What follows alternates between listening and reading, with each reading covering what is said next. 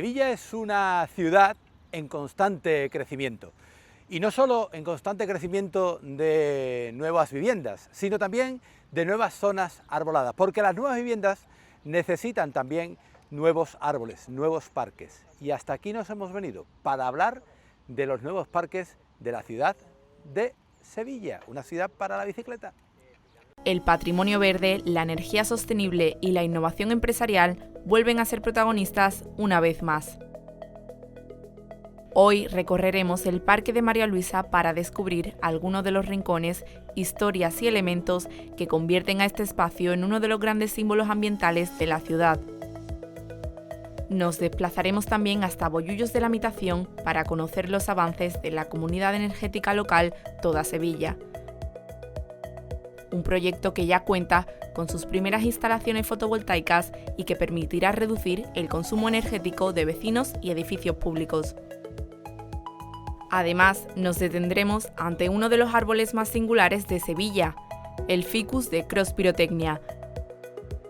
Y en nuestra sección de acción empresarial hablaremos con Auren para conocer cómo funcionan los certificados de ahorro energético y qué oportunidades ofrecen a las empresas para mejorar su eficiencia energética.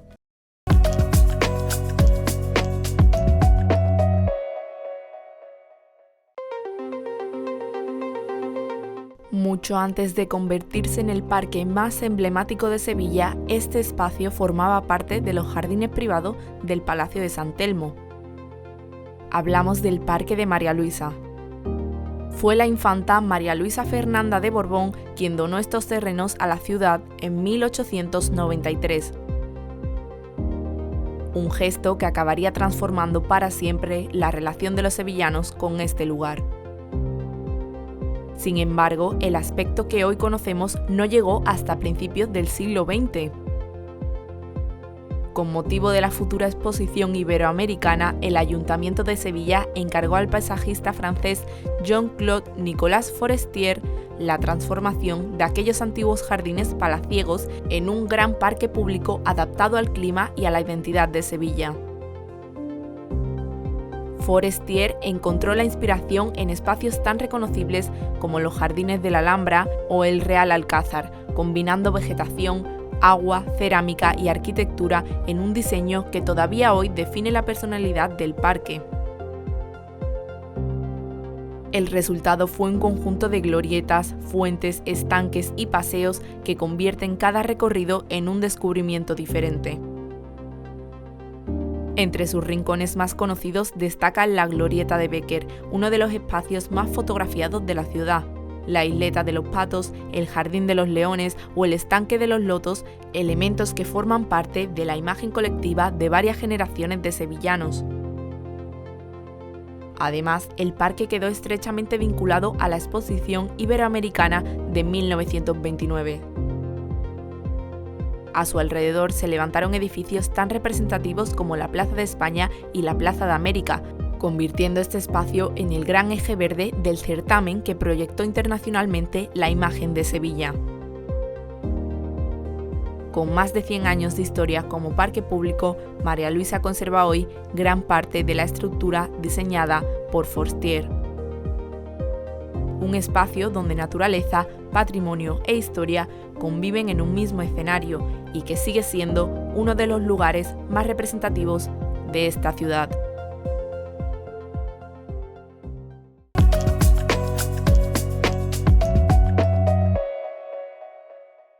Hombre, Javier, ¿qué Muy tal? buenas. ¿Cómo estamos? Pues bien, aquí andamos en el parque, dando nueva vuelta. En uno de los nuevos parques de Sevilla. Uno de los nuevos y grandes parques de Sevilla. Cuando ustedes afrontáis un reto como este de cero, ¿qué parámetros son básicos y necesarios para decir, bueno, tenemos este terreno, hay que hacer un parque, mínimo hay que tener esto, esto y esto? Pues cuando nosotros recibimos o el ayuntamiento recepciona el parque, inicialmente lo que se hace una revisión y sobre todo se miran los puntos débiles del parque, que es las deficiencias que pueden afectar más a los usuarios del parque para el uso diario.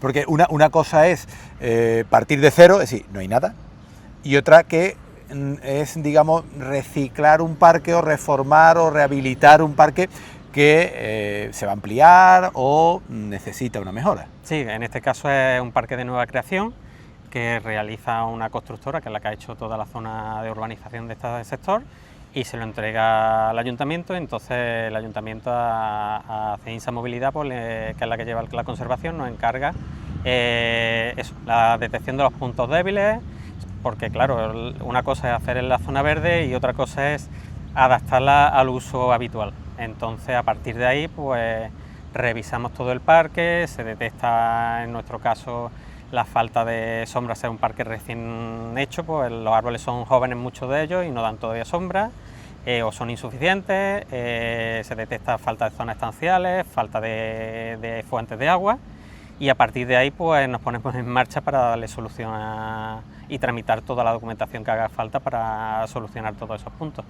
Porque un parque, cuando se abre, es un proyecto a medio plazo, ¿no? Los árboles no empiezan a dar sombra inmediatamente. Efectivamente, que aunque en este parque se aprovecha una arboleda que había inicial, que son todo el bosque este de Tipuana, pero claro, eso es solo una zona del parque. El resto del parque todos son árboles jóvenes, entonces hasta que generan sombra, pues lógicamente hay que darle unos años.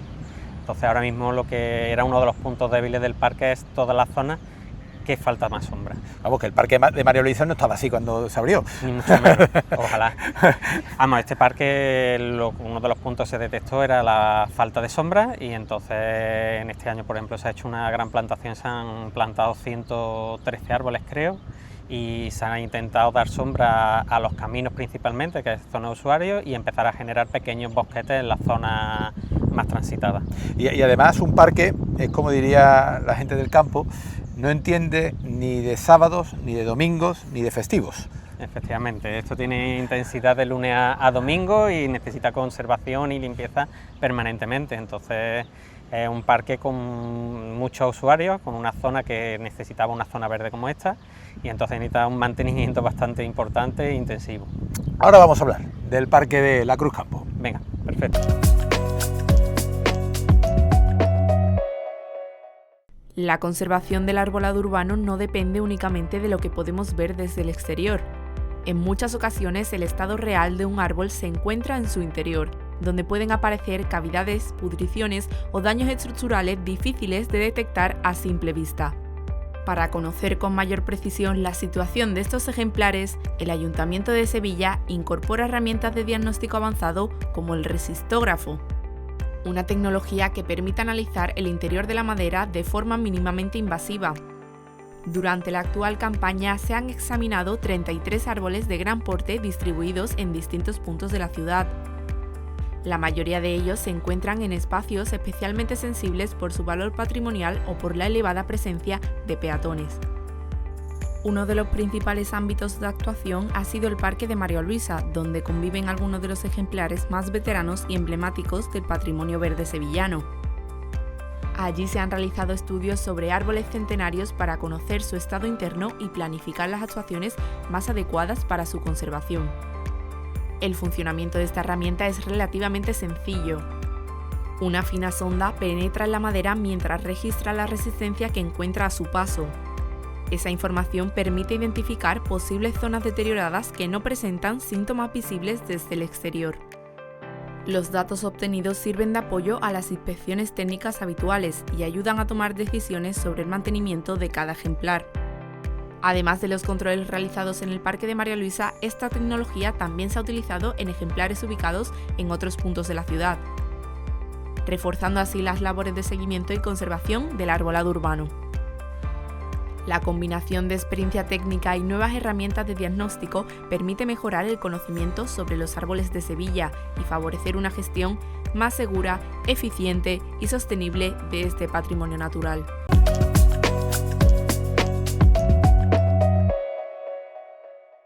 La transición energética también se construye desde lo local, y en Bollullos de la Mitación ya puede verse uno de los resultados de la comunidad energética local Toda Sevilla. Las primeras placas fotovoltaicas ya están instaladas sobre la cubierta de edificios municipales, marcando el inicio de un proyecto que busca acercar la generación de energía renovable a vecinos, empresas y administraciones públicas. Adherirnos a Celtoda Sevilla nos pareció un proyecto muy interesante, muy novedoso. Somos ya 29 ayuntamientos los que estamos adheridos y nos parecía que además iba a tener una repercusión muy potente en tema de ahorro energético en los vecinos y vecinas de nuestro municipio y en nuestro propio ayuntamiento. Entonces no dudamos y nos adherimos porque nos parecía muy importante formar parte de este proyecto y que nuestros vecinos y vecinas tuvieran esos beneficios. La comunidad energética local permite que la energía producida por estas instalaciones pueda ser compartida entre distintos usuarios situados en el entorno más próximo. Un modelo que persigue reducir la dependencia energética, fomentar el autoconsumo colectivo y generar un ahorro directo en la factura eléctrica.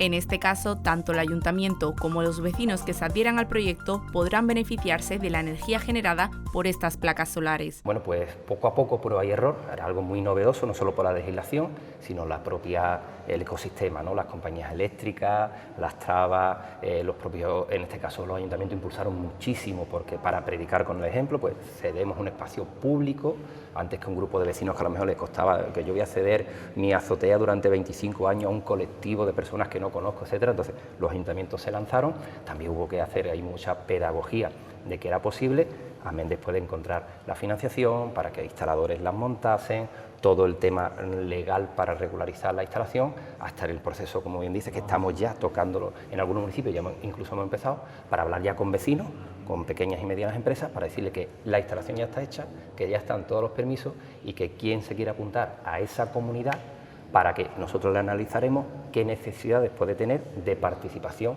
en toda esa instalación.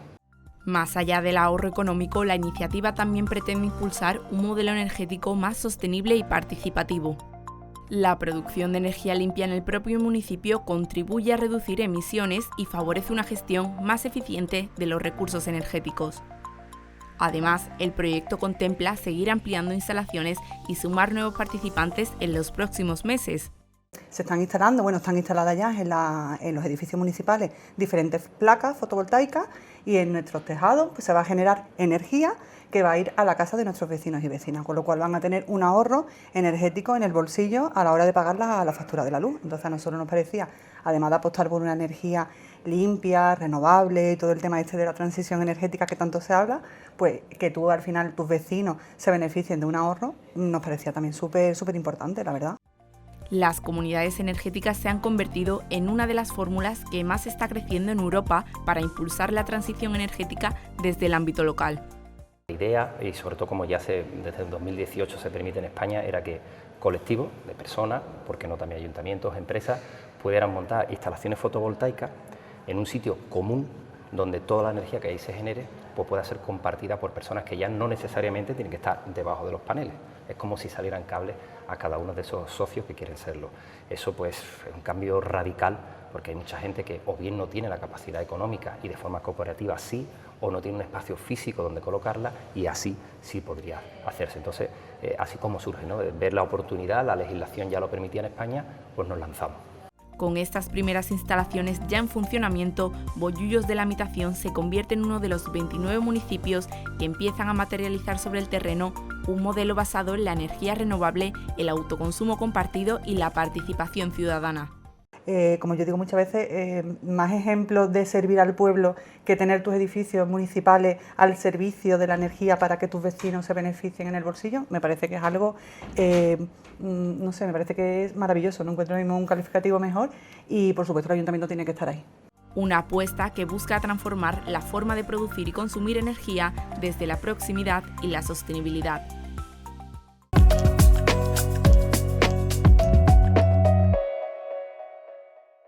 Bueno, Javier, aquí vemos la dimensión de este nuevo parque de la Cruz del Campo. ¿Qué os encontrasteis aquí cuando empezasteis a trabajar? Pues nos encontramos un parque de unas dimensiones considerables, un parque de unos 70.000 metros cuadrados, con la suerte de que había parte de la arboleda establecida, que era el bosque de tipuanas que tenemos, pero con la ausencia de bastante sombra al ser el resto del parque especies jóvenes que todavía dan escasa sombra.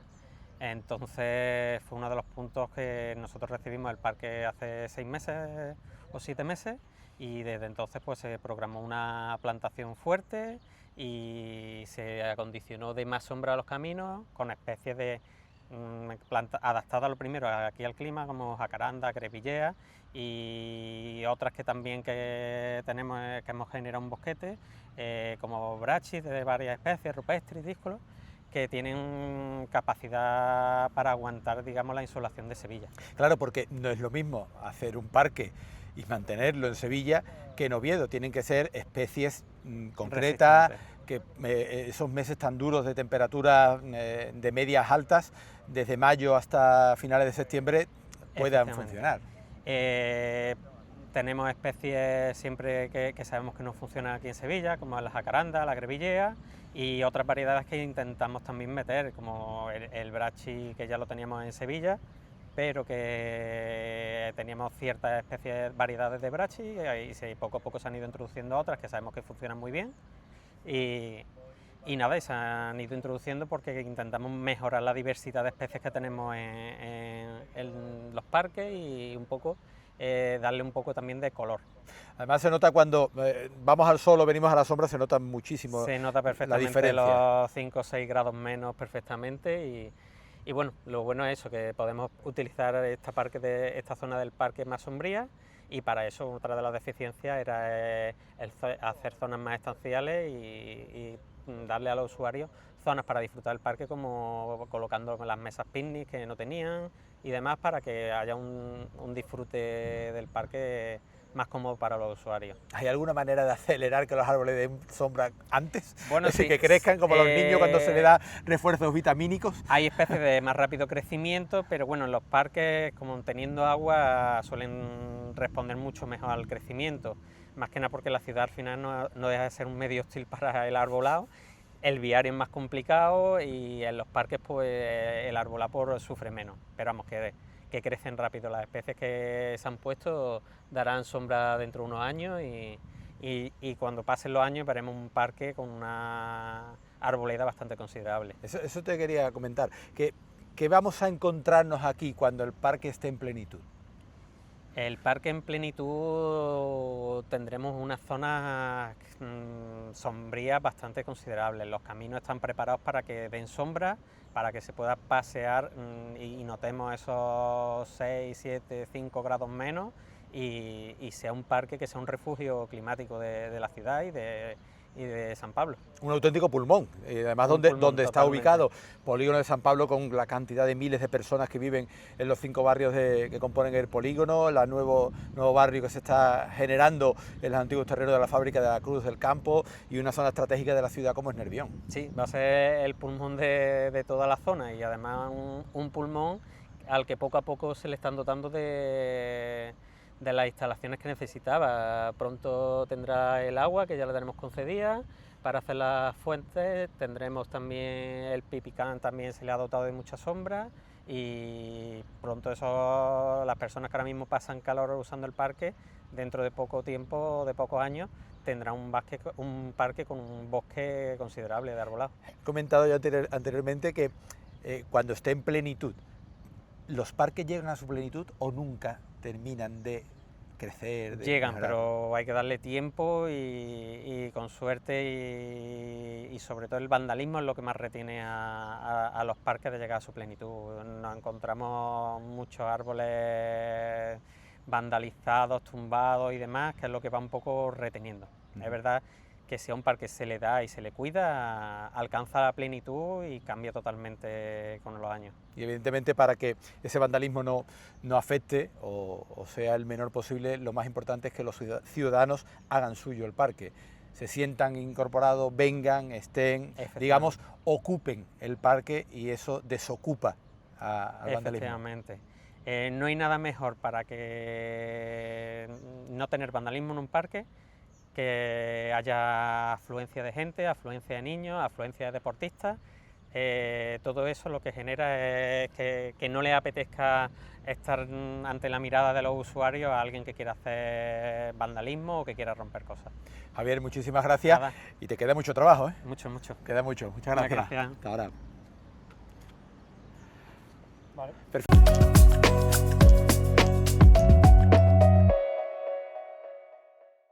La eficiencia energética se ha convertido en una de las grandes herramientas para mejorar la competitividad empresarial. Y hoy vamos a hablar de los certificados de ahorro energético con Rocío. Rocío, ¿me podéis contar más o menos, qué son?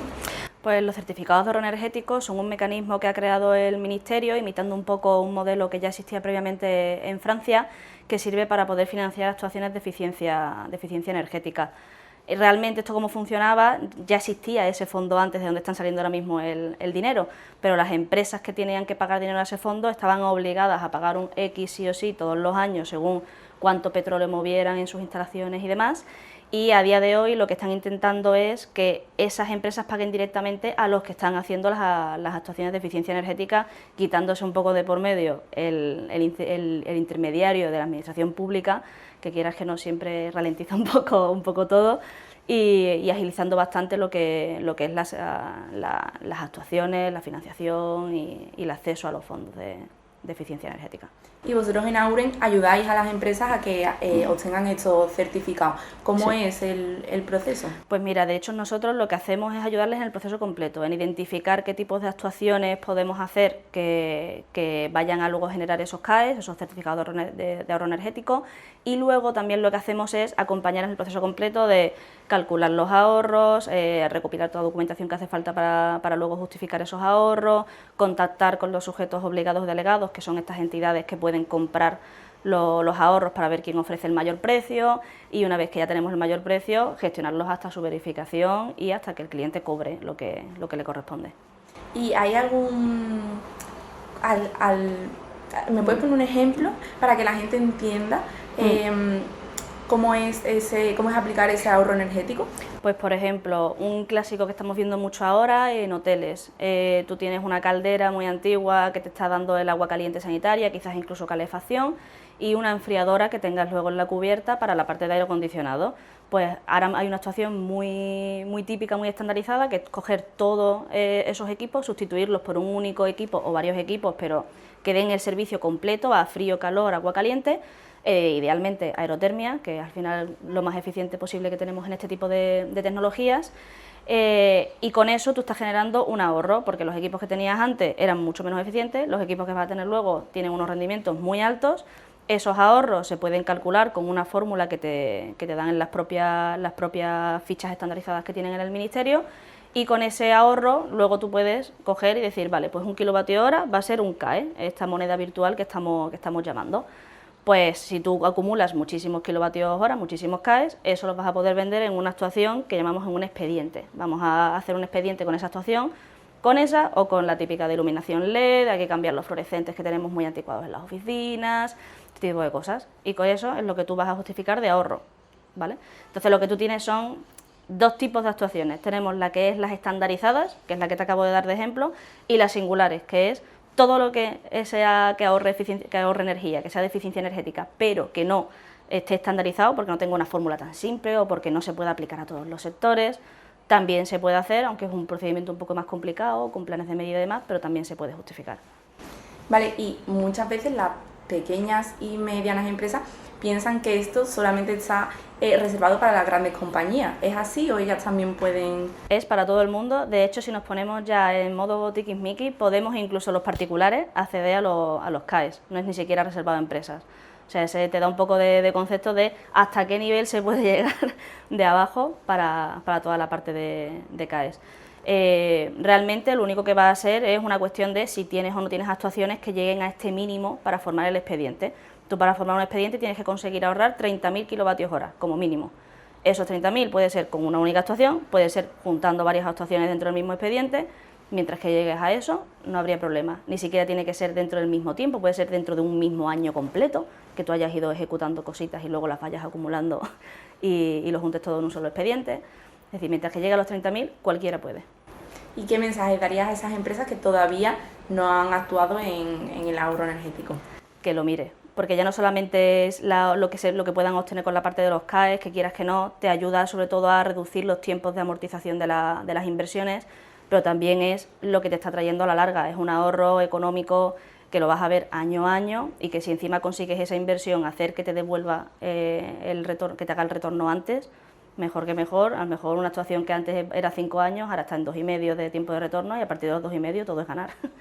Pues muchísimas gracias. Pues nada, a ti.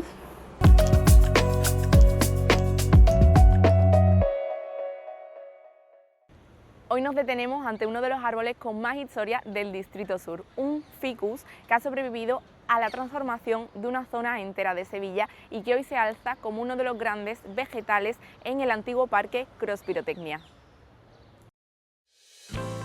Entre los barrios del Porvenir y La Juncal se conserva uno de esos árboles que permiten leer la historia de la ciudad a través de sus ramas. Se trata de un ejemplar de Ficus microcarpa, conocido popularmente como laurel de Indias, considerado uno de los árboles más destacados del actual Parque Rectora Rosario Valpuesta. Su historia está estrechamente ligada al pasado industrial de esta zona de Sevilla. Durante buena parte de los siglos XIX y XX, estos terrenos estuvieron ocupados por instalaciones vinculadas a la actividad militar y por importantes complejos fabriles relacionados con la producción de abonos y productos químicos. Cuando todo ese paisaje industrial desapareció para dar paso a nuevas promociones residenciales y espacios públicos, este árbol logró conservarse. Los especialistas sitúan su plantación a finales de la década de los 50, por lo que hoy supera ampliamente el medio siglo de vida y se ha convertido en uno de los principales referentes vegetales del parque. Su presencia resulta especialmente llamativa por el gran desarrollo de su copa y por sus características raíces aéreas, una de las señas de identidad de esta especie originaria del sudeste asiático. Aunque muchos sevillanos lo conocen como laurel de Indias, en realidad pertenece a la familia botánica de las higueras, de ahí que se produzcan pequeños frutos similares a diminutos higos. Con el paso de los años, este ficus ha pasado de formar parte del entorno de antiguas instalaciones industriales a convertirse en un elemento central de uno de los espacios verdes más utilizados del distrito.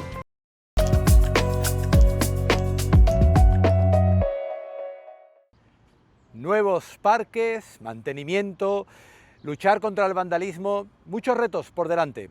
Este ha sido nuestro viaje en esta primera temporada de Sevilla Sostenible y hemos conocido una ciudad más verde, una ciudad más amable para los ciudadanos, una ciudad mucho más medioambiental. Y como he dicho antes, una ciudad preparada para la bicicleta. Así que, ¡nos vamos! ¡Hasta luego!